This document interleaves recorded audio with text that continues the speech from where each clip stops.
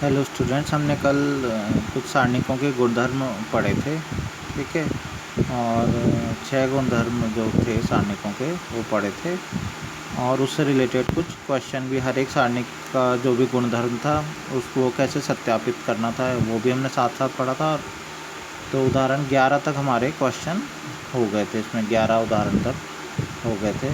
तो आगे अब इसमें क्वेश्चन और जो हैं, अब हम आगे क्या चलेगा, इसमें बस गुणधर्म हो चुका है, इसमें जो थ्योरी थी वो हो चुकी है।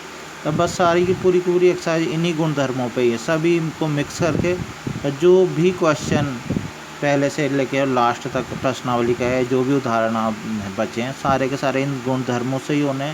बहुत इंपॉर्टेंट एक्सरसाइज है, नॉर्मली 4 नंबर का ऐसे आता ही है, लेकिन ये होता है कि बहुत सोच समझ के, ऐसे नहीं कि रट गया कुछ ही, सोच समझ के क्वेश्चन करने पड़ते हैं। तो ये क्वेश्चन हो जाते हैं सोच समझ के गुणधर्म लगाने की, कौन सा गुणधर्म कहाँ पे लगाना है। ठीक है। तो अब हम क्वेश्चन कुछ करते हैं, उदाहरण जो बचे हुए हैं कुछ करते हैं, उसके अकॉर्डिंग फिर हम आगे देखेंगे कि कौन कौन से प्रश्नावली क्वेश्चन हो सकते हैं। ठीक है, तो ध्यान से समझना है इनको सभी को। अब ये हम सबसे पहले उदाहरण 11 हो गया था कल, वो गुणधर्मों पे ही आधारित था वो भी। अब उदाहरण 12, ध्यान रखना सारे गुणधर्म मिक्स करके, कोई भी गुणधर्म कहीं पे भी लग सकता है इसमें। ठीक है, तो वो हमने देखना है। तो ये है प्रश्न, अब ध्यान रखना ज़्यादातर यहाँ पे सारे गुणधर्म लगा के ही क्वेश्चन करने हैं। प्रसरण होगा भी तो बिल्कुल लास्ट में होगा। ये वाले क्वेश्चन में तो साफ लिख दिया कि प्रसरण किए बिना सिद्ध कीजिए, मतलब इसमें तो करना ही नहीं है कि डेल इक्वल टू, जहाँ पे लिख दिया कि प्रसरण किए बिना कीजिए, मतलब वहाँ पे थोड़ा भी नहीं करना प्रसरण, वहाँ बिल्कुल मना ही हो गया। ठीक है ना। लेकिन नॉर्मली और सारे क्वेश्चन में ऐसे नहीं लिखा रहेगा। ठीक है, कहीं पे अगर ऐसे लिखा गया सारणिकों के गुणधर्मों का प्रयोग करते हुए इसको कीजिए, तो वहाँ पे लास्ट में प्रसरण तुम सारणिकों के गुणधर्मों का भी प्रयोग कर सकते हो, और बिल्कुल लास्ट में तुम क्या कर सकते हो, वहाँ पे प्रसरण भी लगा सकते हो। बिल्कुल लास्ट में जब सब कुछ सॉल्व हो गया तो प्रसरण तब कर दो लास्ट में। ठीक है, लेकिन यहाँ पे लिखा है प्रश्न किए बिना, मतलब करना ही नहीं है इस क्वेश्चन में प्रसरण, सीधा ही आंसर निकालना है इसका। ठीक है, तो इसका आंसर कितना है, इसका आंसर है 0। सिद्ध कीजिए कि ये बराबर 0। तो हम क्या करेंगे, इसमें लेफ्ट हैंड साइड ले लेंगे। ठीक है, तो ये लेफ्ट हैंड साइड मैंने लिखी, मैं दोबारा नहीं लिख रहा हूँ, ये वाली ये मैंने लेफ्ट हैंड साइड ले लिया है। ठीक है, ये इसको लेफ्ट हैंड साइड ले लिया, इसको मैं सॉल्व करते जाऊँगा। ये वाली चीज़ राइट हैंड साइड है ना, ये राइट हैंड साइड है ना। ठीक है, तुम ऐसे नहीं करोगे, तुम एक और बार लिखोगे इसे। ठीक है, तो left hand side equal to ये हो गई। ठीक है, इसको सॉल्व करके मैं 0 लाऊंगा। ठीक है, अब हम गुणधर्मों का प्रयोग करते हैं। ज़रा देखो, दिमाग लड़ाओ, कौन से गुणधर्म का प्रयोग करें तो इसमें होगा। ठीक है, ध्यान से देखो, तो इसमें यही है। अब तुम बोलोगे इसमें क्या करें क्या करें, देखो ध्यान से, ये है x, ये है y, ठीक है, ये है z, ये y z x, ये z। तुम ध्यान से देखो, अगर हम क्या कर दें, R1 और R2 ये दो पंक्तियों को आपस में क्या कर दें, जोड़ दें, तो कुछ एक जैसी चीज़ें बनेंगी, उससे आगे हमारी प्रॉब्लम सॉल्व होनी शुरू होंगी। देखो, अगर हम इन दो पंक्तियों को आपस में जोड़ दें, क्या करते हैं हम, मैं यहाँ पे लिख देता हूँ, मैं इधर राइट साइड में लिख देता हूँ, जो भी मैं कर रहा हूँ, मैं ये कर रहा हूँ कि मैं कौन सी वाली पंक्ति को चेंज करना चाहता हूँ, R1 को। इधर की साइड तो उस चीज़ को लिखते हैं हम जिसको चेंज करना चाहते हैं। R1 चेंजेस टू, R1 को हम चेंज कर रहे हैं, कैसे चेंज कर रहे हैं, R1 प्लस R2, बताया था ना ऐसे कर सकते हैं हम। R1 changes to R1 plus R2, या R1 plus 2R2, R1 changes to R1 plus 3R2 minus 3R2 minus 3R3 plus 3R2, इस टाइप से। बस ये है कि यहाँ पे अगर R1 है तो यहाँ पे भी R1 ही होना चाहिए, यहाँ पे R2 है तो यहाँ जिस चीज़ को चेंज करना है पहले उसी में कुछ चीज़ जुड़ेगी घटेगी। ठीक है ना, फिर किसी दूसरी पंक्ति में किसी की संख्या की गुणा करके। ठीक है, यहाँ पे हमने 1 की गुणा करी एक तरीके से।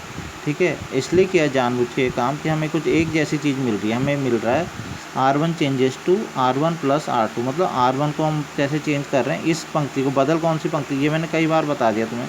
सबसे पहला काम किया करो कि बदल किस पंक्ति को रहे हैं, पहली वाली को बदल रहे हैं ना, इस R1 को चेंज हो रहा है ना, इसका मतलब R2 और R3 तो चेंज हो ही नहीं रहा, तो दूसरी पंक्ति और तीसरी मैंने ऐसे ही लिख दी। R1 चेंज हो रहा है, कैसे चेंज हो रहा है R1, हम R1 में किसको जोड़ दे रहे हैं, R2 को जोड़ दे रहे हैं, तो हम x plus Y plus Z, तो क्या हो जाएगा, x plus Y plus Z, simple.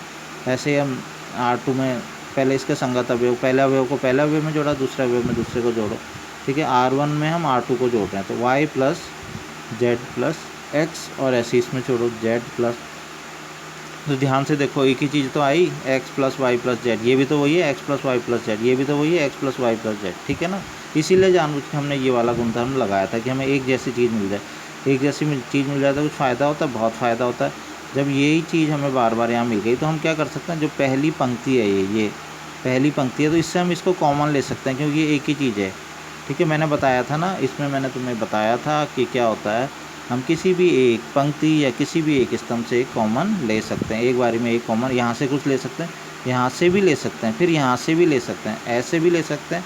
ठीक है, तो कॉमन अभी हमें यहाँ से मिला है। ऐसा नहीं कि पूरे आव्यूह में क्या होता था, आव्यूह में भी ले सकते थे कॉमन, आव्यूह में ऐसे कभी नौबत आती नहीं, लेकिन आव्यूह में पूरे में से लेना पड़ता था। ठीक है, यहाँ पे किसी एक पंक्ति या एक स्तंभ से हम कॉमन ले सकते हैं। ठीक है, तो हम एक पंक्ति से, हमने पहली पंक्ति से कॉमन ले लिया, कितना बचा common, X Y plus Z common ले लेते, एक एक एक कितने बचेगा, तो जेड एक्स वाई 1 1 1। ठीक है, अब देखो प्रसार करने की नौबत नहीं आ रही, कुछ हमें पता चल रहा होगा कि आंसर आ गया। क्या याद आया, प्रॉपर्टी याद है, ये गुणधर्म मैंने बताया था। ठीक है, क्या गुणधर्म था वो, ये गुणधर्म था, किसी अगर पंक्ति या किसी दो पंक्तियों दो स्तंभों के अगर क्या हो, संगत अवयव समान हो तो क्या होती हैं वो, उस केस में सारणिक का मान कितना होता है, 0 होता है। तो तुम यहाँ पे लिख भी लोगे। ठीक है, क्योंकि R2, ठीक है, लिखना भी एग्जाम में, दिखाना भी है कि क्योंकि R1 तथा R3 के संगत अवयव, ये बताना जरूर है, संगत अवयव समान हैं, अतः क्या होगा, अतः सारणिक का मान कितना होगा, मान 0 होगा। ठीक है, ये हमने गुणधर्म पढ़ा हुआ ना, वहाँ पे ऐसे नहीं लिखोगे तुम गुणधर्म 1 के अनुसार, गुणधर्म 2 के अनुसार, गुणधर्म 5 के अनुसार, उन्हें क्या पता कौन सा गुणधर्म है, तुम्हें लिखना पड़ेगा वो गुणधर्म। ठीक है ना, वो ये लिखना पड़ेगा कि अगर इसकी ये क्या होती हैं, एक जैसी होती हैं तो कहता है सारणिक का मान 0 होता है, तो ये पूरा 0 हो गया, 0 की गुणा किसी से करें 0, तो यहाँ से क्या हो जाएगा, ये दायां पक्ष हमें मिल गया, राइट हैंड साइड। बहुत आसान सा क्वेश्चन, समझ में आ गया, लेकिन आसान तब होता है जब स्टार्टिंग हो जाए। ठीक है ना, ये आया क्वेश्चन और समझ में ही नहीं आ रहा क्या करें, R2 - R1 कर दें, R3 कुछ उल्टी सीधे ही लगा दोगे तो फिर कोई फ़ायदा भी नहीं। ठीक है, तो ये क्वेश्चन ऐसे करना था, तो इस टाइप से गुणधर्म लगेंगे, बहुत सारे मिक्स होकर गुणधर्म हो जाएंगे, कभी कोई गुणधर्म, कभी कोई, कभी कोई। उदाहरण 13 है कि निम्नलिखित का मान ज्ञात कीजिए, तो निम्नलिखित का मान ज्ञात करना, किसका मान ज्ञात करना, 1a। ये क्वेश्चन सिद्ध करने के लिए भी आते हैं, कभी कभी ये होता है कि ये इसका मान दे देते हैं कि इसका मान है क्या। ठीक है ना, ये है, उसका सिद्ध करने के लिए दे दिया कि ये मान निकालो, तुम सिद्ध करो, और कभी कभी देते हैं मान खुद ही तुम निकालते ही रहो। ठीक है, सिद्ध करने में भी वही काम करना है, बाएं पक्ष को हल करते जाना, दाएं, उस केस में तुम्हें आंसर एक तरीके से तुम्हारे सामने रहता है कि ये आंसर है हमारा। अभी ये कि हमें आंसर पता नहीं है, उसमें आंसर पता रहता है। ठीक है, तो सिद्ध करने वाले ये बिल्कुल भी ऐसे नहीं कि तुम सीधा सारणिक तुम्हें आता है, तुम्हें प्रसार करना तो आ रहा है, R1 के सापेक्ष प्रसार करो, तुम्हारा आंसर कभी ज़िंदगी में निकलेगा ही नहीं। ठीक है ना, तो क्या करना है, इसमें गुणधर्मों का ही प्रयोग करके ऐसे क्वेश्चन करने हैं। ठीक है, तो एक जो गुणधर्म है बहुत ज़्यादा, जो मैंने बताया था कि कौन से वाले, ये R1 को R1 + R2, R1 - R2, R2 + 2R2, इस टाइप वाले गुणधर्म जो हैं वो तो बहुत ज़्यादा लगेंगे ही लगेंगे। और वो लगाने कैसे हैं, ऐसे नहीं कि कुछ भी लगा दिया। ठीक है, जैसे हमने पिछले क्वेश्चन में देखा ना, वो क्यों जोड़ा हमने उन दोनों को, ताकि एक जैसा बन जाए, x + y + z x। तो वही चीज़ है, कभी जोड़ते हैं, कभी घटाते हैं, कभी 2 की गुणा करके जोड़ते हैं, कभी 3 की गुणा करके घटाते हैं। ठीक है, तो अभी देखो सबसे शुरुआत ऐसे होगी, तो अब कभी भी हमें 3 1 दिख जाए ना तो तुम्हारे लिए तो क्वेश्चन बहुत आसान हो जाता है। ठीक है ना, ये मैं बिल्कुल हिंट दे दूँ, कभी भी 3 1 दिख जाए, 1 1 1 दिख जाए, 3 1 का मतलब सीधा सीधा है 2 0 बन जाता है। देखो बताया था तुम्हें कि जितने जीरो, कोशिश ये की आती है कि जीरो बनाने की कोशिश, जीरो अगर कभी भी बन गया तो क्या होता है, हमारा काम आसान हो जाता है। तो बच्चों इन क्वेश्चंस में हमें क्या करना है, एक तो जीरो बनाने की अगर बन जाता बहुत अच्छी बात है, दूसरा एक चीज़ है मेन बहुत इंपॉर्टेंट बात ध्यान रखो, कॉमन लेना। ठीक है, हमें क्या करना है, कॉमन ले। देखो ज़्यादातर के आंसर ऐसे होते हैं, a - b, b - c, c - a गुणा a + b, ऐसे करके आंसर होते हैं। तो ये सब आंसर कैसे निकलेंगे कि एक बार तुम्हारा a - b कॉमन आ जाएगा, कभी b - c कॉमन आ जाएगा, कभी c - a कॉमन आ जाएगा, इस तरीके से कॉमन आके तुम्हारा आधा आंसर ऐसे ही आ जाता है। बचा थोड़ा बहुत, बचा खुचा जो आंसर है वो प्रसार करके निकल जाएगा। तो ज़्यादातर आंसर तुम्हारे कॉमन करके ही निकल जाते हैं, कॉमन ले लिया, ये कॉमन ले लिया, वो भी कॉमन ले लिया, ऐसे करके। और ये ज़्यादातर सिद्ध करने वाले होते हैं तो वो दाईं तरफ आंसर भी रहता ही है। ठीक है, तो अगर कॉमन नहीं लोगे और डायरेक्ट प्रसार करोगे कभी भी आंसर नहीं निकलेगा। ठीक है, अब मैं बता देता हूँ कि 3 1 जहाँ पे होते हैं वो तुरंत हो जाता है। इस तरीके से बहुत सारे क्वेश्चन हैं, कैसे होता है तो उसमें आसानी ये होती है। और कैसे भी हम बुक में अगर तुम्हें थोड़ा सा अलग लगे, है तो वही चीज़, लेकिन हम मान लो उन्होंने बनाया इसको और इसको 0, मैं इसको और इसको बना लेता हूँ, बनेंगे कोई 2 ही 0, ध्यान रखना, तीनों एक साथ नहीं बनेंगे तो पूरी सारणी का ही मान शून्य हो जाएगा ना। ऐसा तो हो नहीं सकता अभी, ऐसा तो मतलब हो सकता है लेकिन इसमें नहीं हो सकता, ठीक है ना। तो क्या गुणधर्म हम लगाएंगे नॉर्मली, हम ऐसा कर लेते हैं, देखो 0 जिससे मिल जाए, देखो 1 में से 1 को घटाएंगे तो 0 होगा ना, और ऐसे ही 1 में से 1 को घटाएंगे क्या होगा, 0 होगा। तो हमें 2 0 मिल सकते हैं, कैसे, और दोनों एक साथ ही लगा सकते हैं, देखो कैसे, मैं बता देता हूँ ज़रा, देखो ऐसे अभी लगाने पे क्या क्या, एक हम R1 को बदल देते हैं, दो एक साथ कैसे लगाते हैं ये भी मैं बता दूँ। एक R1 को बदल देते हैं, R1 को कैसे बदलते हैं, जो R1 यहाँ पे सेम यहीं पे होना चाहिए ना, ये लिखना मत इसको, मतलब ये ऊपर मैंने जो लिखा है इसे मत लिखना, R1 ठीक है, जो यहाँ पे होता है वही यहाँ पे भी होता है। तो R1 क्या करना है हमें, R1 में से किसको घटा देते हैं, R2 को घटा देते हैं, तो ठीक है। तो कौन बदल गया, R1 बदल गया ना। अब हम किसको बदल देते हैं, ऐसा करते हैं R2 को बदल देते हैं, ठीक है। सेम R2 यहाँ पे लिखा तो R2 यहाँ पे, अब R2 में से हम किसको घटा देते हैं, ऐसा करते हैं R3 को घटा देते हैं, ठीक है। तो एक बात हमेशा ध्यान रखना कि दो ऑपरेशन एक साथ बिल्कुल लग सकते हैं, लेकिन जब भी दूसरा ऑपरेशन, अब ये मान लो मैंने पहले किस वाली पंक्ति को चेंज किया, देखो ये बात मैंने तुम्हें पहले भी बताई थी, मैंने किस वाली पंक्ति, ये मैंने जब सारणिक करवाया, वो करवाया था, व्युत्क्रम कराया था आव्यूह में, तब बताया था, ठीक है। तो दो एक साथ लगा तो सकते हैं ऑपरेशन, लेकिन इस चीज़ का ध्यान देना कि कहीं चेंज, दूसरी बार जब ऑपरेशन लगा रहे हैं हम, किसी ऐसी पंक्ति की बिल्कुल मदद नहीं लेनी है जो बदल चुकी है, ठीक है। अभी देखो हमने सबसे पहले कौन किस पे ऑपरेशन लगाया, R1 पे ना, तो R1 को बदल दिया हमने, R1 को किया R1 माइनस R2, भले ही R2 का यूज़ किया लेकिन R2 बदला तो नहीं है ना, ठीक है। तो R1 को बदला, तो अब हम जब दूसरा ऑपरेशन लगाएंगे उसमें कहीं पे R1 नहीं आना चाहिए, ठीक है। हमने किसको बदला है, देखो ध्यान से, R1 चेंजेस टू, R1 बदल गया है।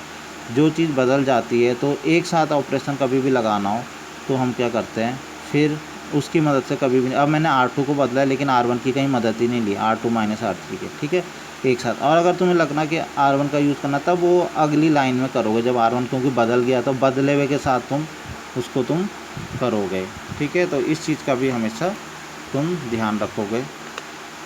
तो हम अभी ऐसा कर लेते हैं, ऐसा तुम बहुत सारे क्वेश्चन में कर लोगे। क्या किया हमने, R1 को चेंज करना चाहते हैं, R1 माइनस R2, तो 1 में से 1 गया 0, A में से B गया A minus B, BC minus CA, ठीक है।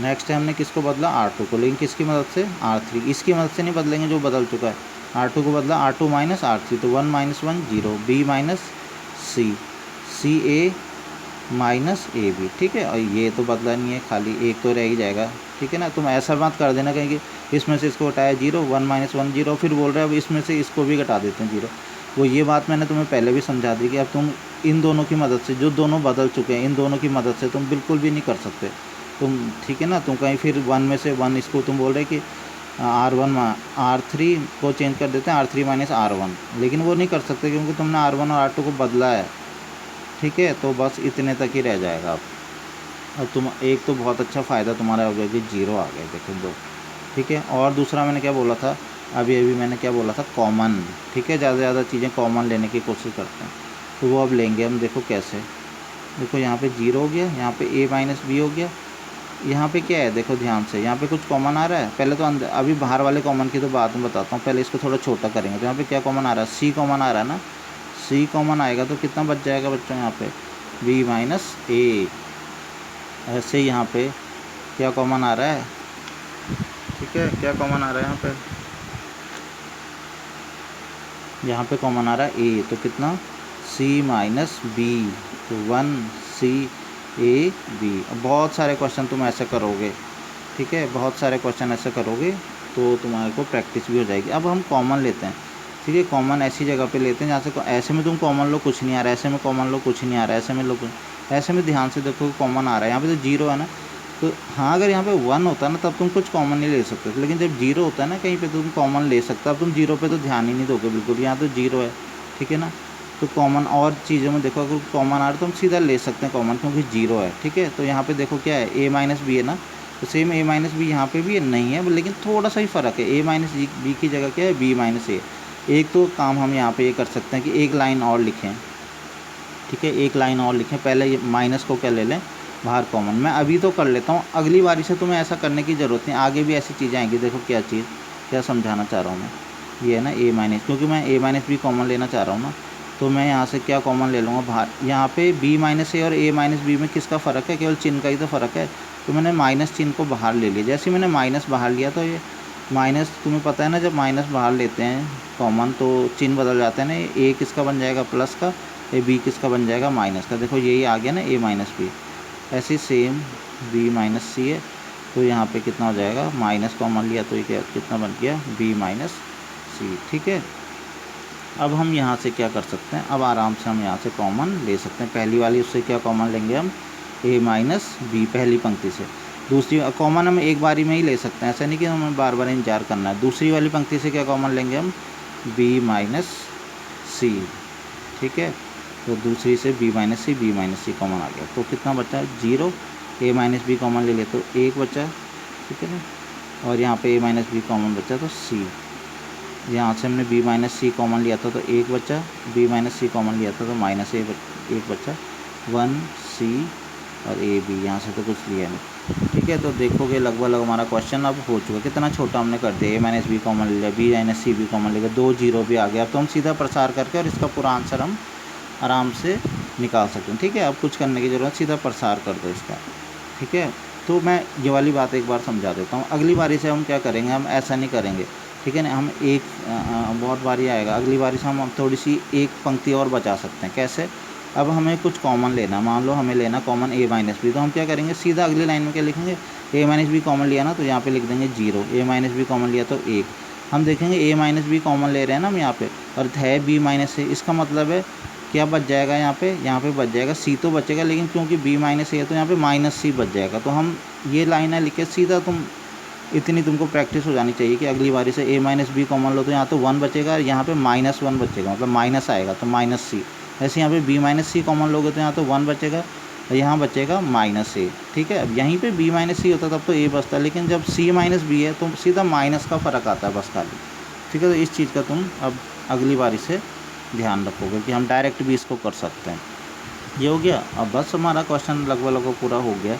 अब हम क्या करेंगे, अब प्रसार करने के लिए मैंने मना नहीं किया, प्रसार करना है लेकिन बिल्कुल लास्ट में करना है।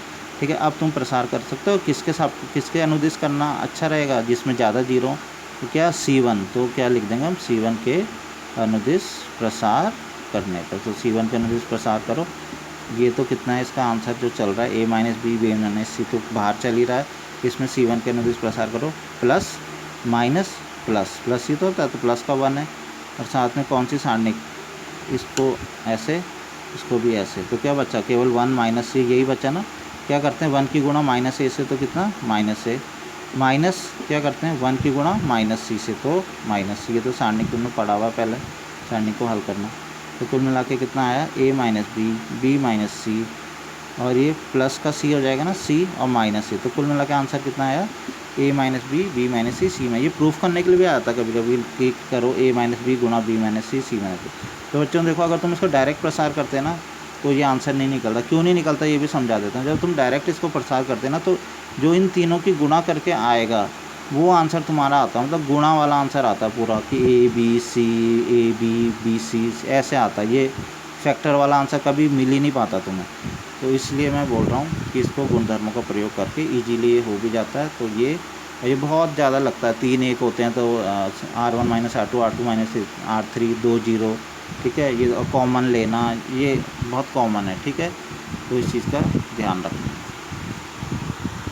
नेक्स्ट है उदाहरण 14 है।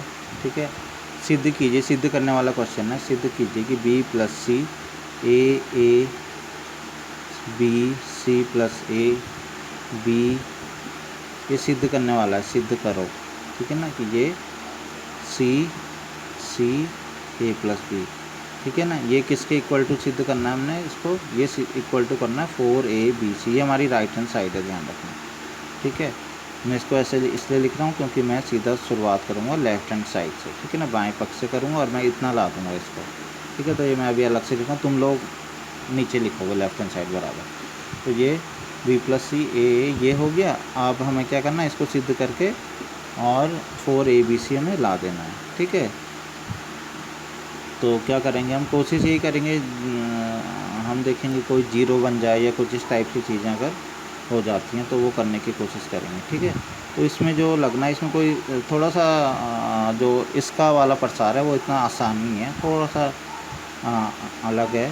ठीक है, लेकिन मैंने तुम्हें बताया था सारे टाइप के प्रसार लगते हैं, ऐसे ही नहीं लगता कि R1 मैंने ये जब मैंने बताया था, जब कल बताया था, तो वहाँ पे मैंने बताया था ऐसे वाले भी लगते हैं। R1 को हम लिखते हैं, ठीक है, R1 plus R2 plus R3, ये वाला भी लगता है। ठीक है ना, मैंने बताया था ऐसे भी लग जाते हैं। R1 को लिख सकते हैं R1 minus R2 plus 2R3, ऐसे भी लग जाते हैं। बस यहाँ पे तो R1 ही आना चाहिए, यहाँ पे कुछ भी बदल सकता है, 2R2 plus 3R3 minus plus plus minus, कुछ भी ऐसा हो जाता है। ठीक है, तो इस टाइप की चीज़ें हम कर सकते हैं। तो ऐसे वाली लगता है, R1 ये लग सकता है ऐसे, R1 minus R2 minus R3, तो हम यही वाला कुछ ऐसा यूज हम लेकिन हम करते जो भी चीज़ हम कर रहे हैं वो कर क्यों रहे हैं, मेन चीज़ ये होना चाहिए कि कर क्यों रहे हैं। तो हमारा यहाँ पे उद्देश्य मेनली करने का है कि हम जीरो बनाएं, तो जीरो से हमें बहुत थोड़ा आसानी होती है। ठीक है ना, यहाँ पे देखोगे आंसर थोड़ा छोटा है, तो ये डायरेक्ट प्रसार, अभी मैंने बोला था प्रसार करके आंसर नहीं निकल पाएगा, अभी निकल जाएगा। क्यों, अभी आंसर छोटा है, ABC, बस ये है ABC। तुम नौ पूरा भी सॉल्व करोगे तो ABC तो आ ही जाएगा ना। ऐसा तो इस बार ऐसा तो आया नहीं फैक्टर अलग से। ठीक है, तो अभी ऐसे भी नहीं कर सकते, लेकिन यह है कि एक जीरो भी बन जाए तो हमें थोड़ा सा काम आसान होगा। तो वो जीरो कैसे बनेगा, ध्यान से देखो, ये है B, ये है C, तो B धन C, और ये भी कितना है, अगर हम इन दोनों को आपस में जोड़ दें, मतलब B प्लस C, ठीक है, ये कितना है B प्लस C, तो B प्लस C में से इसको घटा दें तो कितना हो जाएगा, जीरो हो जाएगा ना। कुल मिला के हम पहली वाली पंक्ति में से इसको भी घटा दें और इसको भी घटा दें, मतलब हम ये बोलें कि B प्लस C, इसमें से B को भी घटाएं माइनस B, और C को भी घटाएं माइनस C, तो क्या हो जाएगा, कितना आ जाएगा, जीरो ना। तो कुल मिला के क्या सीखा हमने ये सीखा कि B प्लस C में से हम पहली वाली पंक्ति में से हम दूसरी और तीसरी दोनों को घटा दें तो हमें यहाँ पे जीरो मिल जाएगा। तो कुछ तो मिला, जीरो तो मिला कम से कम, उससे बेनिफिट तो होगा ही हमें। तो हम किसका प्रयोग करेंगे, हम प्रयोग करेंगे कि हम R1 को लिख देंगे R1 माइनस R2। हमने क्यों किया है ऐसा, R1 में से हम R2 और R3 दोनों को घटा रहे हैं, इसलिए घटा रहे हैं कि B से B कट जाएगा, C से C, और जीरो मिल जाएगा हमें।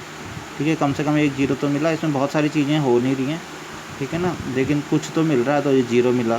ठीक है, अब घटाना है तो इसको भी तो घटाना पड़ेगा, तो ये हमने B plus C minus B minus C, तो B से B कटा, C से C कटा, ऐसे ही इसको भी कर दो। क्या करना है हमें, रफ में कर लो, A इसको घटाना है ना, तो माइनस C माइनस A, और इसको भी घटाना माइनस C, तो A से A कट जाएगा, माइनस C और माइनस C कितना हो गया, माइनस 2C। ठीक है ना, ऐसे ही हमें इसमें से भी A, मैं यहाँ पे लिख लेता हूँ A, ठीक है ना, माइनस A माइनस, इसको घटाओ B, और ये क्या है, माइनस A माइनस B, तो क्या होगा, माइनस A से A कट गया, कितना बच जाएगा, माइनस 2B बच जाएगा। ठीक है, तो ये समझ में आ गया होगा, इस टाइप से ऑपरेशंस में लगाने पड़ते हैं। ठीक है, बस अब इसमें कुछ बस एक लगाओ। दरअसल इस क्वेश्चन में बहुत ज़्यादा मतलब है नहीं ऐसा कि हम बहुत ज़्यादा कुछ कर सकें। ठीक है, तो इसमें केवल इतना ही है कि एक शून्य बन जाएगा।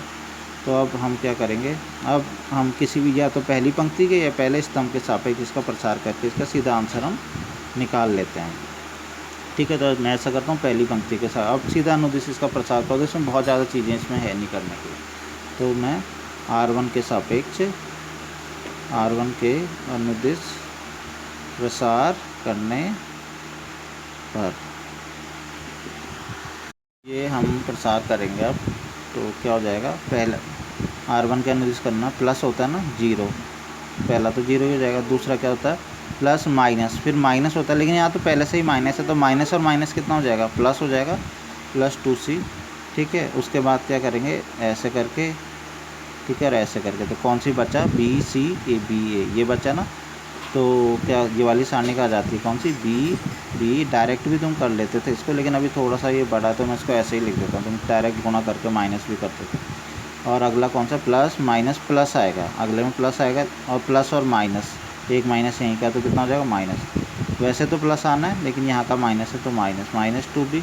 फिर देखो कौन सी सारणी का आएगी, एक ऐसे और ऐसे काट दो, बचा क्या, BC प्लस A C। ठीक है, तो बस इसको सॉल्व कर लो। ठीक है, B की गुणा इधर करेंगे, B की गुणा किससे करेंगे, A प्लस B से करेंगे, और माइनस C की गुणा B से करेंगे।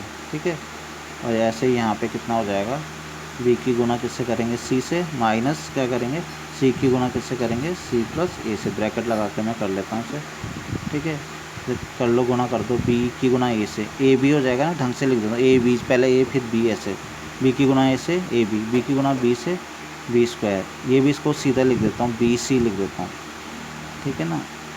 यहाँ पे 2b, पहले अंदर वाला सॉल्व कर लेते हैं, बी सी माइनस क्या कर लेंगे, सी स्क्वायर माइनस है तो माइनस कितना हो जाएगा, सी ए हो जाएगा, सी ए को मैं ए सी लिख देता हूँ, पहले ए फिर सी, ठीक है। अब हम अंदर भी मल्टीप्लाई कर देते हैं, ठीक है, अंदर भी मल्टीप्लाई कर दो तो 2c की गुना इससे करो तो कितना हो जाएगा, 2a b c, a b और c, 2b स्क्वायर सी, यहाँ करो माइनस 2bc स्क्वायर, अगला यहाँ करो minus 2b square C plus 2bc square और प्लस 2abc, तो तुम ध्यान देखो प्लस का 2b स्क्वायर से माइनस का 2b स्क्वायर का माइनस 2b स्क्वायर से कट जाएगा, 2abc प्लस 2abc कितना हो जाएगा, 4abc। तो इस तरीके से हमारा राइट हैंड साइड आ गया और हमारा आंसर ये आ गया। इसमें बहुत ज़्यादा गुणधर्म बहुत ज़्यादा लगे नहीं, एक ही लगा, एक जीरो बनाया फिर प्रसार इसमें कर दिया है, ठीक है। उदाहरण 15 है, थोड़ा सा अलग है। यदि एक्स वाई जेड विभिन्न हो और ये डेल बराबर इतना, तो दर्शाई कि 1 plus x Y Z del equal to 0, sorry ये इक्वल टू 0, तो दर्शाई कि ये देखो इस क्वेश्चन, ये क्वेश्चन एकदम से ऐसे नहीं कि ये सारणी के इस सारणी को इसके बराबर सिद्ध करो या इस सारणी का मान निकालो, ऐसा कुछ नहीं पूछा गया है। ये क्वेश्चन थोड़ा सा अलग है, इसमें क्वेश्चन को ध्यान से समझो कि अब इस डेल इक्वल टू को भी छोड़ दो थोड़ी देर के लिए। तो इस क्वेश्चन में कहा गया कि एक सारणी हमने दी है और इस सारणी का मान है 0, ये सारणी तो दे रखी, ये दिया है प्रश्न में, ये कोई सिद्ध वगैरह इसको करना ही नहीं है, इसको सिद्ध, ठीक है ना। ऐसे नहीं कि तुम बायां पक्ष इसको कर रहे हो और जीरो लाने की कोशिश कर रहे हो, करनी नहीं है जीरो लाने की कोशिश, लेफ्ट हैंड साइड अलग से लेकर, ये तो दे रखा है यदि एक्स वाई जेड विभिन्न हो, ये भी दे रखा है एक्स वाई जेड विभिन्न है, और ये दे रखा है और ये भी दे रखा है कि ये बराबर 0, ये सिद्ध करने वाला यहाँ से है। तो दर्शाई कि 1 plus x Y Z equal to 0, ये चीज़ सिद्ध करनी है। तो कैसे सिद्ध करेंगे, उसके लिए कि जो चीज़ दे रखी है, ध्यान से सुनो मेरी बात, जो चीज़ दे रखी है उसको ये लिखेंगे कि यह दिया है प्रश्नानुसार दिया है, उसी को आगे करते जाएंगे, ठीक है ना, उसी को करते जाएंगे और हमें लास्ट में कितना मिल जाएगा, 1 plus x Y Z equal to 0। मतलब ये सारणी के इक्वल टू 0, ये तो क्वेश्चन में दे रखा है, सारणी के इक्वल टू 0 को ही आगे हम सारणी के जो भी मेथड्स वगैरह उनको लगाते हुए इक्वल टू जीरो आगे करते जाएंगे, लास्ट में हमें मिल जाएगा 1 plus x Y Z equal to 0। तो ऐसे इस क्वेश्चन को पहले समझ लो कि करना कैसे, तो जो चीज़ पहले दिया है, क्या दिया है, ठीक है ना, ये इसका हल हो गया। तो क्या दिया है, प्रश्नानुसार क्या दिया है, ये दिया है, डेल को भी लिखने की ज़रूरत नहीं है, दिया ये है कि एक्स क्यूब वाई स्क्वायर, इसको सिद्ध नहीं करना है हमें, मतलब इस चीज़ को सिद्ध नहीं करना है, जो चीज़ दी है ये 1 plus Z cube equal to 0। मतलब तुम ये कोशिश बिल्कुल भी मत करना कि इसको हम लेफ्ट हैंड साइड निकालेंगे और 0 सिद्ध कर देंगे, नहीं, ये प्रश्न में दे रखा है कि ये चीज़ 0 है, हमें ये चीज़ सिद्ध करनी है। तो हम इस पूरे क्वेश्चन में बायां पक्ष भी लिखते रहेंगे और बाएं पक्ष में तो हम सारणी के रूल लगा के लिखते रहेंगे, दाएं पक्ष में बराबर जीरो ऐसे लिखते रहेंगे और लास्ट में हमारा आंसर आ जाएगा कि 1 plus x Y Z equal to 0। तो ऐसे इसको करना है, ये चीज़ ध्यान रखो, ठीक है। तो अब हम इसमें सारणी के बाईं तरफ सारणी के रूल लगाते रहते हैं, दाईं तरफ इक्वल टू 0 लिखते रहते हैं। तो सारणी के रूल लगाओ ज़रा, क्या सारणी के रूल लगेंगे, तो सबसे पहले ध्यान आ रहा होगा एक रूल मैंने बताया था, अगर 2 पदों के रूप में कोई है, कोई पंक्ति या स्तंभ है, तो हम सारणिक को भी 2 सारणिकों के योगफल के रूप में लिख सकते हैं। तो यहाँ पे देखोगे जो तीसरा स्तंभ है ये 2 पदों के रूप में है, तो हम इसको 2 सारणिकों के योगफल के रूप में लिख सकते हैं। और कैसे हम लिखते थे ये भी मैंने बताया था, ठीक है। तो इक्वल टू 0, तो इसको 2 सारणिकों, मैंने बोला था पहले कि जो स्तंभ जो तीसरे स्तंभ में है ना, जिसमें पदों के योग हैं, तो जो स्तंभ सही है उनको ऐसे ही लिख दो, एक्स वाई जेड पहला स्तंभ, तो इसका भी पहला स्तंभ है एक्स वाई जेड। इसका दूसरा स्तंभ क्या था, X square Y square Z square, ठीक है ना। तो इसका भी दूसरा क्या है, एक्स स्क्वायर, क्योंकि ये तो योगफल के रूप में लिखा ही नहीं, तो इसको तो ऐसे ही लिखना। हाँ, जो लिखा है अब उसका पहला वाला पहले वाले में लिखना है 1, तो 1, दूसरा भी ये 1, तीसरा भी 1, ठीक है। ऐसे अब यहाँ पे ये दूसरा वाला लिख देना, X cube Y cube Z cube, ठीक है, ये हो गया, ठीक है। अब आगे सॉल्व करेंगे थोड़ा सा, अभी इस थोड़ी देर के लिए इसको छोड़ो, हम इसमें सॉल्व करेंगे। देखो क्या, X square 1, Y square 1, Z square 1, ठीक है। तो क्या आ जाएगा, यहाँ पे देखो ध्यान से देखोगे तो यहाँ पे कुछ कॉमन आ रहा है, ऐसे में देखोगे कुछ कॉमन नहीं आ रहा, ऐसे में देखोगे कुछ कॉमन आ रहा है। यहाँ पे एक्स स्क्वायर एक्स क्या कॉमन आ रहा है, एक्स कॉमन आ रहा है। यहाँ पे ध्यान से देखो, यहाँ पे क्या कॉमन आ रहा है, वाई। यहाँ पे इस पंक्ति में क्या कॉमन आ रहा है, जेड। तो एक्स, इसमें एक्स कॉमन लिया तो कितना बचा, 1x, एक एक्स कॉमन ले लिया, यहाँ से एक एक्स कॉमन ले लिया, कितना बचा, एक्स स्क्वायर। ठीक है, ऐसे यहाँ पे वाई कॉमन लिया था तो कितना बचा, 1, फिर कितना y और कितना वाई स्क्वायर, फिर कितना z कॉमन लिया तो कितना हो जाएगा, 1z और z स्क्वायर इक्वल टू 0। ठीक है, अब एक काम करने की कोशिश करेंगे। क्या काम करने की कोशिश करेंगे, अब हम कोशिश ही करेंगे, दोनों देखोगे ध्यान से थोड़ा बहुत मिलते जुलते लग रहे हैं। एक्स वाई जेड है, यहाँ पे भी एक्स वाई जेड का एक स्तंभ है, यहाँ X square Y square Z है, यहाँ भी एक्स, यहाँ 1 1 1 यहाँ, बस इनको एक जैसा बना लेंगे। ठीक है ना, एक जैसा इनको बना लेंगे। तो एक जैसा बनाने की हम कोशिश इसमें करेंगे। तो या तो इसको ऐसा बना दो या इसको ऐसा बना, तो ऐसा हम करते हैं, इस वाले को ऐसा हम बना देते हैं, इस वाले को हम ऐसा ही बना लेते हैं। ठीक है, तो हम इसके लिए हमें क्या क्या करना चाहिए, इसके लिए हमें एक तो ये चाहिए कि 1 1 1 है वो यहाँ पे आना चाहिए ना। ठीक है, तो हम ऐसा करते हैं कि 1 1 1 को यहाँ ला देते हैं और इसको यहाँ ला, ऐसा हम कर सकते हैं, ये हमने रूल पढ़ा था। ठीक है, लेकिन क्या रूल पढ़ा था, रूल ये पढ़ा था कर तो सकते हैं लेकिन उससे कुछ फ़र्क पड़ता है सारणिक में। क्या रूल बताया था, दो पंक्तियों को या दो स्तंभों को परस्पर बदल सकते हैं, आपस में बदल सकते हैं, लेकिन सारणी का मान चिन्ह क्या होता है, बदल जाता है। तो मैं ऐसा कर तो सकता है, मैं इस 1 1 वाले को मैं इधर ला देता हूँ 1 1 1। ठीक है ना, और इस एक्स वाई जेड को मैं इधर ला देता हूँ एक्स वाई जेड। ठीक है, तो मैंने जैसे ही ऐसा काम किया तो मैंने बोला था ऐसा हम कर सकते हैं, लेकिन ऐसा करते ही सारणी का चिन्ह क्या हो जाता है, परिवर्तित हो जाता है। बाहर कौन सा चिन्ह लिख देंगे, माइनस। लेकिन तुम देखोगे ऐसा करने के बाद भी हमें थोड़ा तो फ़ायदा हुआ, लेकिन पूरा फ़ायदा अभी भी नहीं हुआ। ठीक है, हाँ क्या हुआ, 1 1 1 तो ठीक हो गया अब। ठीक है, लेकिन अब ये इनमें गड़बड़ है, एक्स स्क्वायर वाई स्क्वायर इधर है और एक्स वाई जेड इधर है। ठीक है, तो अब हम क्या करेंगे, इनको भी बदल दो। ठीक है, कोई दिक्कत नहीं, इनको भी बदल दो। तो इसको भी हम बदलने पे यहाँ पे लिखोगे भी, तुम ध्यान रखना जब हम बदल रहे हैं, जैसे यहाँ पे लिखा तुमने कौन सा, किसको आपस में बदलने पर लिख लेना कि किसको बदला था, C1 तथा C3 को परस्पर परिवर्तित करने पर या इंटरचेंज करने पर। ऐसे ही अब यहाँ पे तुम लिखोगे, नेक्स्ट में क्या लिखोगे, अब हम किसको कर रहे हैं, C2 तथा C3 को परस्पर, ये खुद लिखोगे लैंग्वेज। ठीक है, अब हम जैसे ही परिवर्तित इसको करेंगे तो 1 1 1, अब हम एक्स वाई जेड हम परिवर्तित कर क्यों रहे हैं ये मैंने तुम्हें बता दें, हम उसके जैसा बनाना चाह रहे हैं इसको। अब क्यों बना रहे हैं ये भी अभी समझ में जाएगा अगली लाइन में कि ऐसा बनाना क्यों चाह रहे हैं। ठीक है, 1 जेड, इससे हमारी प्रॉब्लम सॉल्व होगी। अब जैसे ही हमने किया बच्चों, देखो जैसे हमने इसको बदला तो बदलते ही फिर वो रूल लगेगा क्या कि सारणी का चिन्ह क्या हो जाता है, बदल जाता है। पहले हमने किया था प्लस का माइनस हो गया था, अब माइनस है, उस माइनस का क्या हो जाएगा, फिर से प्लस हो जाएगा। तो फिर से दोबारा से हमें प्लस मिल गया और ये यहाँ पे इस तरीके से हमें मिल गया। अब क्या करेंगे, ध्यान से देखो, हमें एक जैसे मिल गए। क्यों हम एक जैसे लाना चाह रहे थे, हम एक जैसा इसलिए लाना चाह रहे थे ताकि अब यहाँ पे हम बीच में प्लस का चिन्ह है, अब हम क्या कर सकें, इस पूरी सारणी को हम क्या कर सकें, कॉमन ले सकें। अगर मैं इस पूरे को, इसको थोड़ी देर के लिए सोचो कि ये ए था और यहाँ पे भी ए है, ए को मैं कॉमन ले सकता हूँ, हाँ ले सकता हूँ। ए कॉमन लूँगा तो यहाँ कितना बचेगा, 1, और यहाँ कितना बच जाएगा, 1 धन एक्स वाई जेड बच जाएगा। तो मैं इस पूरे को कॉमन लेना चाहता हूँ, इसलिए मैंने ऐसा किया। तो मैं देखो ध्यान से देखो, अब मैं इस पूरी सारणी को कॉमन ले लूँगा, तो बाहर में कॉमन लूँगा जैसे ही, तो यहाँ बचेगा 1 और प्लस कितना बच जाएगा, एक्स वाई जेड। तो कुल मिला के ये सारणी कॉमन आएगी बाहर और अंदर बचेगा 1 प्लस एक्स वाई जेड। और ऐसा कुछ हमें चाहिए भी, ध्यान दो, 1 प्लस एक्स वाई। तो ये पूरी सारणी में कॉमन ले रहा हूँ, तो ये सारणी commonly 1 1 1 X Y Z, X square Y square और जेड स्क्वायर, ये मैंने कॉमन ले ली पूरी सारणी। और जैसे ही मैंने सारणी कॉमन ली तो बचा 1 plus x Y Z equal to 0। तो हमें सिद्ध ये करना है कि 1 प्लस एक्स वाई जेड किसके बराबर है, 0।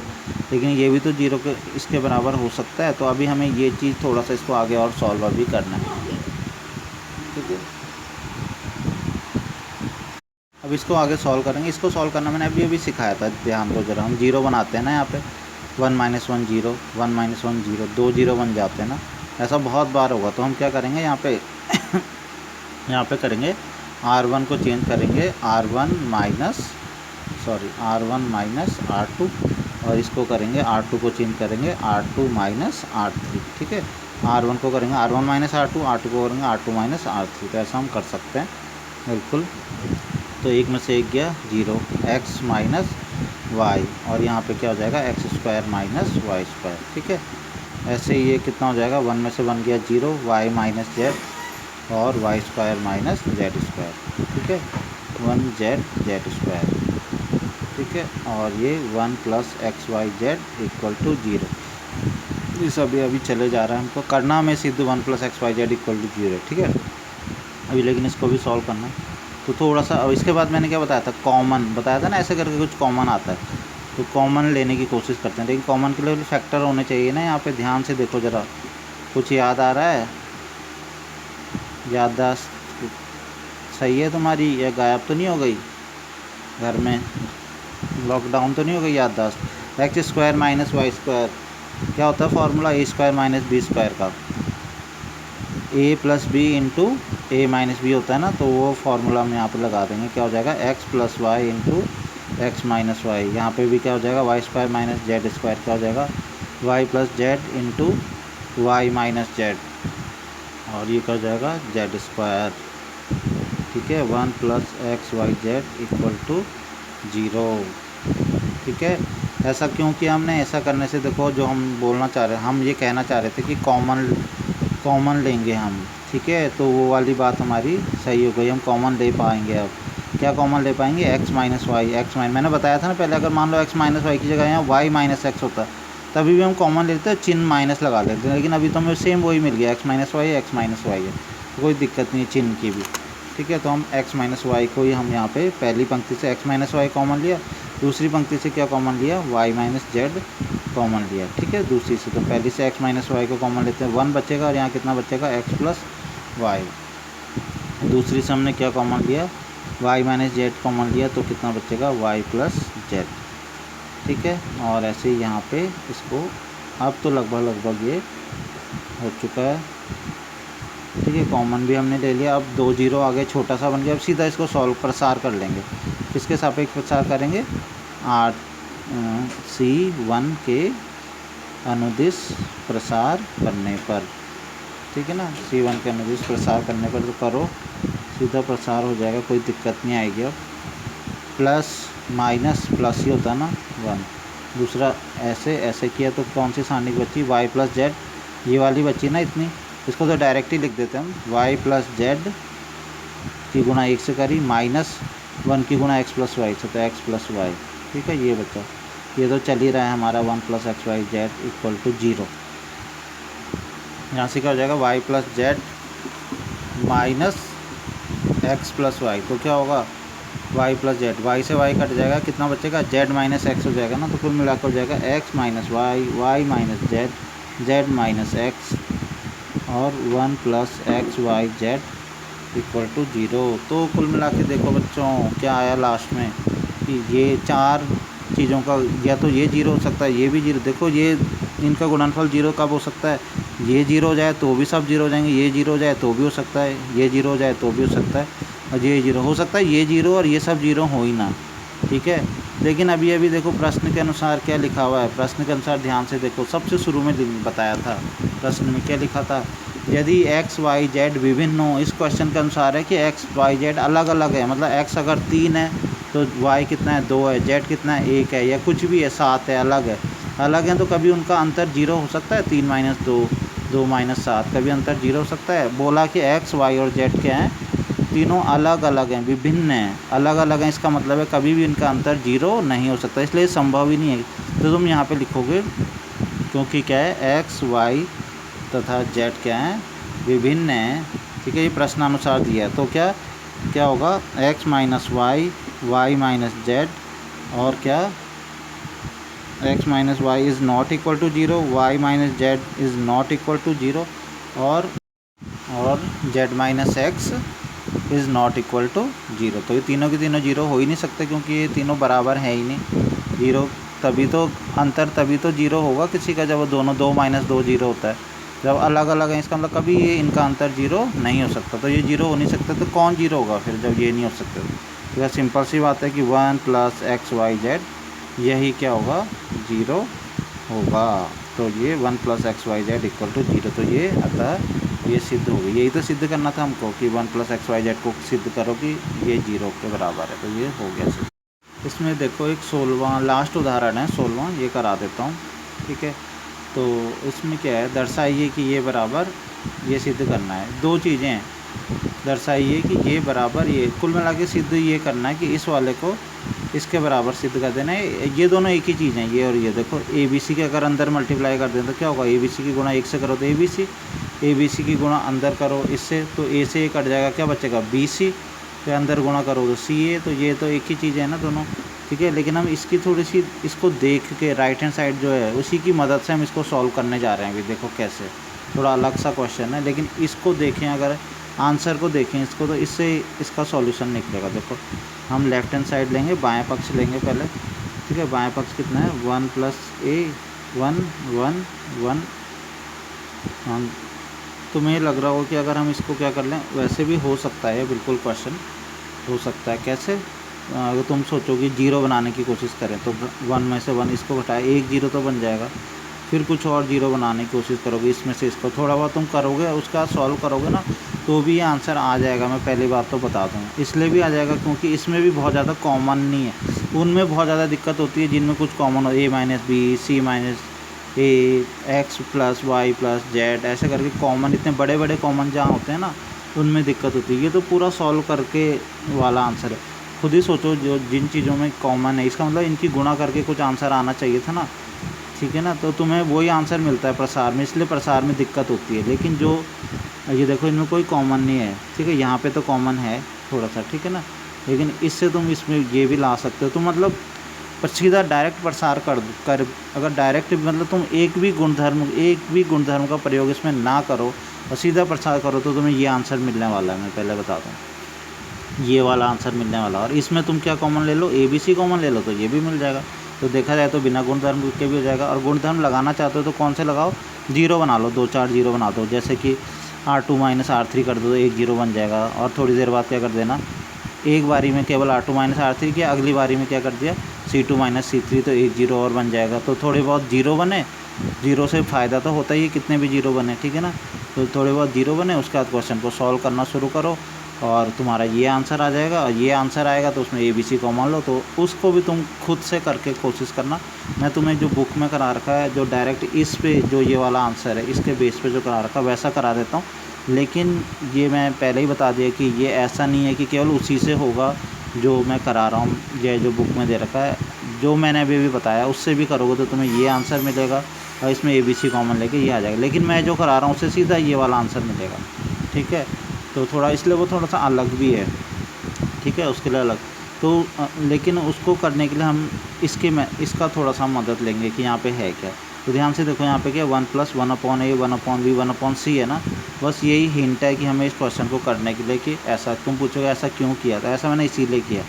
ठीक है, तो क्या करना क्या है, वो क्या चीज़ है जो मैं बोल रहा हूँ कि ऐसा क्यों किया, क्या किया। ठीक है, वो चीज़ ये है कि हम पहली वाली पंक्ति से कुछ कॉमन लेंगे। तुम बोलोगे कुछ तो कॉमन आ ही नहीं रहा, क्या ले यहाँ। ठीक है, वही तो लेंगे, कुछ ऐसी चीज़ लेंगे। ठीक है, मैंने क्या बताया था कि अगर कभी कॉमन ना आए तो क्या मतलब होता है, अगर हमें मान लो 6 - 8 है, इससे 2 कॉमन आता है। ठीक है, तब तो सिंपल है, 2 3 6 2 6 8 ऐसे हो जाता है। मान लो यहाँ पे 7 होता, तब क्या करते हैं हम, ये मैं बताया था पहले, 2 3 6, तब हम लिखते हैं 7/2। कॉमन का मतलब हम भाग दे रहे हैं उस संख्या से। ठीक है, तो सीधा सीधा यही चीज़ मैं समझाना चाह रहा हूँ। कभी कोई चीज़ कॉमन ना हो तो कॉमन ले लें हम उसे, तो इसका मतलब हम 7/2 उसको भाग कर देते हैं। तो ये ऐसी चीज़ मैं यहाँ करने वाला हूँ। मैं यहाँ पे करने वाला हूँ, पहली वाली पंक्ति से मैं कॉमन लेने वाला हूँ A को। पहली वाली पंक्ति से मैं कॉमन लेने वाला A को। मैंने क्या बताया अभी कॉमन लेते हैं, कॉमन नहीं होता तो उससे क्या करते हैं, भाग करते हैं ना। तो A से मुझे इसका मतलब कॉमन तो है ही नहीं, तो भाग करना है। कितना आएगा, 1/A प्लस ऐसे ही इसको भी A से भाग करो तो A से A कट जाएगा, कितना हो जाएगा 1। ऐसे ही 1 को भाग करो तो कितना हो जाएगा 1/A। यहाँ पे भी A से A कॉमन लिया, कॉमन था तो नहीं, लेकिन क्या हो गया 1/A, इस तरीके से ये आ गया। तो ये समझ में आया होगा। और ऐसा क्यों कर रहे हैं, ऐसा कर रहे हैं कि आंसर में 1/A 1/B 1/C ऐसे में आंसर है। तो इस अब दूसरी पंक्ति से अभी साथ साथ में क्या कर लेंगे, दूसरी पंक्ति से क्या कॉमन लेंगे, B। यहाँ क्या मिल जाएगा 1/B यहाँ कितना मिल जाएगा 1/b + 1 और यहाँ पे 1/b। ऐसे ही तीसरी वाली पंक्ति से क्या कॉमन ले लेंगे, c कॉमन ले लेंगे तो कितना मिल जाएगा 1/c 1/c और 1/c + 1। तो हमने देखा हमें कुछ 1/a 1/b 1/c इस टाइप की चीज़ें मिल गई जो कि हमें आंसर में चाहिए थी। दूसरा एक और चीज़ ध्यान दोगे, हमें a b c भी चाहिए था गुणा में, यहाँ इस वाले में, तो हमें वो a b c भी मिल गया है। ठीक है, तो हमारा इस आंसर पे ज़्यादा फोकस है और इससे फिर ये आंसर खुद ही मिल जाएगा। और तुम नॉर्मल जैसे करोगे 0 बना के तब तुम्हें ये आंसर मिलेगा। तो अभी हम करते हैं इसमें। अब हम नेक्स्ट क्या करते हैं, देखो जो मैं नेक्स्ट लगाने वाला हूँ गुणधर्म, ये भी बहुत ज़्यादा ये भी यूज़ होता है। बहुत आगे 3-4 क्वेश्चनों में कम से कम प्रश्नावली का ये यूज़ होगा। इसको भी हमेशा जब भी तुम क्वेश्चन करते एक बार चेक कर लिया करो कि ये गुणधर्म तो लग तो नहीं रहा। ठीक है ना, वो गुणधर्म होता है कि हम तीनों पंक्तियों या तीनों स्तंभों को आपस में जोड़ दें। ठीक है, तो उससे कोई एक चीज़ तो नहीं मिली, एक ही चीज़ मिली। ऐसे नहीं कि जोड़ के ये भी तो होना चाहिए, जोड़ के कुछ फ़ायदा भी तो होना चाहिए। तो हम देखेंगे कि जोड़ने के बाद कोई एक ही चीज़ मिल रही है कि नहीं मिल रही है। ठीक है, तो अब हम देखें, जैसे मान लो मैं ये R1 ये C1 है, ये C2 है, C3 स्तंभों को जोड़ो अगर आपस में, तो 1/a 1/a 1/3/a प्लस 1/, कुछ एक जैसी चीज़ नहीं मिल रही। इन तीनों को जोड़ें तो 3/a, इन तीनों को जोड़ें 3/b, इन तीनों को जोड़ें 3/c, कुछ भी नहीं, एक जैसा मिल नहीं रहा। लेकिन ध्यान से देखो, अगर हम पंक्तियों को जोड़ें, अगर हम जोड़ें, हम कौन सी वाली पंक्ति को बदल दें, मान लो हम R1 को बदल लें और इसको लिख दें R1 + R2 + R3। R1 को बदल कर हम लिख दें R1 + R2 + R3। ऐसे में जोड़ें, अगर इन पंक्तियों को जोड़ें तो 1/a + 1/b + 1/c + 1 मिल रहा है। ध्यान से देखो 1/a 1/b 1/c + 1 1/a 1/b, तीनों को जोड़ के एक ही चीज़ मिलती है और वो चीज़ हमें यहाँ चाहिए भी। ध्यान से देखो 1 + 1/b, तो इस वजह से क्या है, हम R1 में हम क्या, R1 को हम चेंज करके क्या लिख सकते हैं, R1 + R2 + R3, तीनों को जोड़ के। तो इसलिए ये चीज़ बिल्कुल ध्यान रखनी, बहुत सारे क्वेश्चन में होगा। तीनों पंक्तियों और तीनों स्तंभ को जोड़ के एक बार देख लेना कोई कॉमन चीज़ तो नहीं आ रही। तो आ रही है, इन तीनों को जोड़ दो तो क्या आ रहा है 1 + 1/a + 1/b + 1/c। इन तीनों को जोड़ के भी क्या आ रहा है 1/a + 1/b + 1 + 1/a + 1/b + 1। इन तीनों को जोड़ के भी आ रहा है 1 + 1/a + 1/b + 1 + 1/a b + 1/c। ठीक है, ये थोड़ा सा जगह की कमी हो गई, तुम ढंग से लिख लेना से। ठीक है, यहाँ पे कितना हो जाएगा 1/b + 1 b। अब जो ऊपर एक जैसी चीज़ आई है उसको एक जैसे आने का फ़ायदा क्या हुआ, क्या फ़ायदा होता है, फ़ायदा ये होता है कि जब एक ही चीज़ आ गई है तो उसको क्या ले सकते हैं, हम कॉमन ले सकते हैं। तो हम क्या ले लेंगे 1 + 1/a 1/b 1/c, इसको हम क्या ले लेंगे, कॉमन ले लेंगे। तो यहाँ कितना बच जाएगा, जब इस वाली पंक्ति से, पहली पंक्ति से 1 1 1 बच जाएगा। ठीक है, तो ये तुम्हें पता चल रहा होगा लगभग हमारा आंसर, लगभग क्या आंसर, देखो क्या था आंसर, ABC × ये था ना, वो चीज़ तो आ ही गई। तो इस तुम्हें पता चल रहा होगा कि ये सारणी को हल करने के बाद क्या हमारा आंसर, हमें यही तो चाहिए था, ABC भी चाहिए था, ये भी चाहिए था। इसका मतलब है इस सारणी को हल करके कितना आना चाहिए कि हमें ये आंसर मिल जाए। इसका सिंपल सी बात है कि इस सारणी को हल करके 1 आना चाहिए, 1। अगर यहाँ पे 1 आ जाएगा तो ये आंसर ना, इसका मतलब इसको अभी हल करेंगे और 1 लाएंगे। ठीक है ना, 1 इसका आंसर आ जाएगा। ठीक है, तो अब तुम्हें 3 1 भी दिख रहे हैं, तो मैंने बताया जब भी 3 1 ऐसे लाइन से दिख जाते हैं तो 2 0 बन जाते हैं। लेकिन पहले ऐसे में दिख रहे थे तो हमें R1 - R2 घटाना था, लेकिन अब ऐसे में दिख रहे हैं तो C1 - C2 C2 - C3, तो 2 0 मिल जाएंगे, प्रसार कर लो, इसका मान 1 आ जाएगा। ठीक है, तो सीधा मैं कर लेता हूँ C1 - C2 और C2 - C3, C1 को चेंज करेंगे C1 - C2, तो इसको करता हूँ। तो ये मैंने कर लिया, C1 को C1 - C2 और C2 - C3 जब मैंने किया तो 2 0 ये मिलने थे, मिल गए, बल्कि एक और मिल गया और अच्छा हो गया। अब हम क्या करेंगे, किसके सापेक्ष प्रसार कर देंगे, पहली पंक्ति R1 जिसमें ज़्यादा जीरो हैं, तो R1 के अनुदिश प्रसार करने पर। ठीक है ना, प्रसार करो और कितना आंसर आना चाहिए, ध्यान रखना 1 आना चाहिए, इतना पता है, और वही आएगा 1। ठीक है, तो कर लो इसके अनुदिश प्रसार, प्लस माइनस प्लस होता है ना। ठीक है, इसको ऐसे काट दो, इसको ऐसे काट दो, तो क्या -1 × -1 प्लस का 1। ठीक है ना, और 1 - 0, 0 की गुणा 1 से करें 0, तो 1 ही आया ना। ठीक है, तो हमारा एक तरीके से ये आंसर, ये राइट हैंड साइड ये आ गया। दूसरी वाली राइट हैंड साइड में बस इतना था कि इसके अंदर गुणा कर देते हैं, ABC और अंदर गुना करो क्या हो जाएगा, बी सी ए से ए कट गया, अंदर क्या हो जाएगा, ए सी बी से बी कट गया और ए बी ऐसे। तो ये दोनों हमारे दोनों वाले राइट हैंड साइड हमें ये मिल गए। तो ये ऐसे क्वेश्चन करना था। प्रश्नावली के कुछ क्वेश्चन अभी और भी इसमें बहुत कुछ बचा है मुझे प्रश्नावली के, अभी क्वेश्चन मैं कराऊंगा अभी काफ़ी सारे, ठीक है। लेकिन कुछ प्रश्नावली क्वेश्चन मैं हिंट दे रहा हूँ, तुम घर से करके लाना है। होमवर्क में क्वेश्चन नंबर 1, 2, 4, 7 और क्वेश्चन नंबर 8 जो है उसका फर्स्ट पार्ट करना है, ठीक है। लेकिन मैं बता रहा हूँ, थोड़ा सा हिंट दे रहा हूँ। प्रश्नावली 4.2 के कुछ क्वेश्चन मैंने कहे थे। प्रश्न नंबर 1 लिख के रखा है, बिना प्रसरण किए और सारणिकों के गुणधर्मों का प्रयोग करके प्रश्न नंबर 1 से 5 को सिद्ध कीजिए। 1 से 5 में कहा है कि प्रसरण करना ही नहीं, मैंने बदला ना, इसमें कई सारे क्वेश्चन ऐसे होंगे जिनमें तो गुणधर्मों का प्रयोग तो करना है लेकिन लास्ट में प्रसरण कर लेना है। लेकिन 1 से 5 तक में साफ कहा है बिल्कुल कुछ प्रसरण करना ही नहीं है, तुम्हें सीधा गुणधर्म का ही प्रयोग करके आंसर निकालना है। तो 5 तक इस चीज़ का ध्यान रखना, 5 से आगे में तुम लास्ट में प्रसरण कर सकते हो। तो पहला वाला इसका सारणिकों के गुणधर्म का प्रयोग, तो इसमें कौन सा मैं हिंट देता जा रहा हूँ, खुद घर से करना है। इसका लेफ्ट हैंड साइड ले लेना, राइट हैंड साइड कितना आना चाहिए, 0 आ जाना चाहिए। तो लेफ्ट हैंड कौन सा गुणधर्म प्रयोग करोगे, वो जो कि दो पद जो क्या होते हैं, दो पदों के योग के रूप में, तो सारणिक को भी हम 2 सारणिकों के योग के रूप में लिख सकते हैं ना। तो ये पहली सारणिक XYZ आएगा, जिसमें अगली वाली सारणी में क्या आएगा, ABC आएगा। ऐसे करके 2 सारणिक हम लिख लेंगे, ये बताया था मैंने, ठीक है। और उसके बाद फिर रूल लगेगा, फिर जो पहली सारणिक हमें मिली उसमें देखो XYZ और XYZ एक जैसे हैं, एक जैसे होते हैं तो सारणी का मान 0 होता है। जो दूसरी सारणिक है उसमें ABC और ABC एक जैसे हैं तो भी सारणी का मान 0 होता है। और लिखोगे भी गुणधर्म थोड़ा सा कि ये वाली पंक्तियाँ समान है, संगत अवयव समान है, तो ये 0, तो 0 + 0 ये 0 हो जाएगा। आ गया होगा समझ में।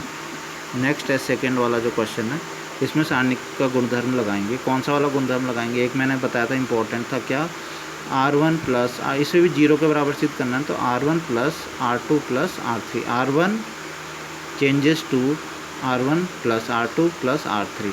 तो अगर हम जोड़ दें तो क्या आ रहा है, देखो ध्यान से, A से A कट गया, B से B कट गया, C से 0, B से B, तो ये 0 0 0 0 0 आ जाएगा। हम किसी भी R1 को हम चेंज करेंगे तो एक ही पंक्ति के मैंने बोला था कि सारे अवयव अगर शून्य होते हैं तो क्या होता है, उस सारणी का मान कितना हो जाता है, 0। ये तो वैसे ही पता होना चाहिए कि अगर सारे एक पंक्ति में उस पंक्ति के सापेक्ष अगर हम प्रसार करेंगे तो 0। तो इस बात को अगर मैंने पहले बताना शायद भूल गया हूँ, तो इस बात को ध्यान रखना कि किसी भी एक पंक्ति के अगर सभी अवयव शून्य हो जाते हैं, किसी भी एक पंक्ति के या एक स्तंभ के सभी अवयव शून्य हो जाते हैं तो उस पूरी सारणी का मान 0 होता है। 0 0 0, तो इसका मतलब पूरी सारणी 0, ठीक है। तीसरा वाला क्वेश्चन ऐसा है, मैं बता दूंगा, ठीक है। चौथा वाला क्वेश्चन भी खुद से करना है, ठीक है। मैं हिंट दे देता हूँ थोड़ा सा। इसमें क्या करना है, पहले तो हमें मल्टीप्लाई करनी है, ठीक है। ये AB और AC, BC BA, CA CB ऐसे मल्टीप्लाई कर लेनी है। आगे समझ में, AB AC BC BA जरूर करना है क्वेश्चन CA, ऐसे हो गया, मल्टीप्लाई कर लिया, AB + AC मिल गया। उसके बाद हमें क्या करना है, उसके बाद हमें कौन सी वाली कॉलम कौन सा वाला कॉलम है, C2 है ना, C2 को चेंज लिखना है, C2 को लिखना है C2 + C3, C2 को चेंज करके लिखना है C2 + C3, C2 में C3 को जोड़ना। तो अब इनको जोड़ेंगे तो क्या हो जाएगा, BC + AB + AC, CA + C, एक जैसी चीज़ें मिल जाएगी। कुल मिला के तीनों मिलेगा, AB + BC + CA, AB + BC + CA, AB + BC + CA, एक जैसी मिल जाएगी। तो मैंने क्या बोला, जब एक जैसी चीज़ मिल जाती है तो उसे क्या ले लेते हैं, कॉमन ले लेते हैं ना। तो इस स्तंभ से AB + BC + CA क्या ले लेंगे, कॉमन ले लेंगे, तो यहाँ आ जाएगा 1 1 1 आ जाएगा। जब 1 1 1 यहाँ पे आ जाएगा, 2 पंक्तियाँ 2 कॉलम एक जैसे हो गए तो इस सारणी का मान 0 हो जाएगा, ठीक है। जो मैं हिंट दे रहा हूँ बिल्कुल ऐसे करना है, ठीक है। नहीं तो फिर सारे क्वेश्चन ही मैं करा दूँगा तो फिर क्या फ़ायदा है, तुम लोगों को भी तो कुछ क्वेश्चन करने हैं। ये भी मैं हिंट दे रहा हूँ, इसके क्वेश्चन भी कुछ। अब देखो मैंने बोला था 5 तक ये खाली ऐसा था कि गुणधर्मों का प्रयोग करते, उससे आगे तुम गुणधर्मों का प्रयोग तो करोगे लेकिन लास्ट में अगर प्रसार करने की नौबत आएगी थोड़ी सी तो प्रसार भी कर सकते हो, ठीक है। तो इससे आगे प्रसार कर सकते हो तुम। छठा मैंने नहीं दिया, ये मैंने 7वां दिया है, ठीक है। तो 7वें में तुम्हें क्या करना है, मैं हिंट दे रहा हूँ। सबसे पहला काम क्या करना है, पहली पंक्ति से देखो कुछ कॉमन आ रहा है, A कॉमन आ रहा है, कॉमन ले लेना। दूसरी पंक्ति से क्या कॉमन आ रहा है, B कॉमन आ रहा है, B ले लेना। और तीसरी पंक्ति से क्या ले लेना, C कॉमन आ रहा है, C। तो बाहर A B C कॉमन आ जाएगा, कुछ बच जाएगा, ठीक है। पहला काम ये करना। अगली बारी में क्या करना है, फिर तुम अगली बारी में ना, अभी तुमने पंक्ति से कॉमन लिया ना, अगली बारी तुम्हें कॉलम से, स्तंभों से भी तुम्हें क्या मिलेगा, कॉमन मिल जाएगा। यहाँ से फिर तुम्हें ए कॉमन मिलेगा, यहाँ फिर बी कॉमन मिलेगा, फिर सी कॉमन मिलेगा, तो वो भी तुम कॉमन ले लेना है। ए बी सी फिर से कॉमन आएगा, एक बार ऐसे में ए बी सी कॉमन आएंगे, एक बार ऐसे में ए बी सी कॉमन आएंगे, तो कितना बाहर आ जाएगा, ए स्क्वायर बी स्क्वायर और सी स्क्वायर।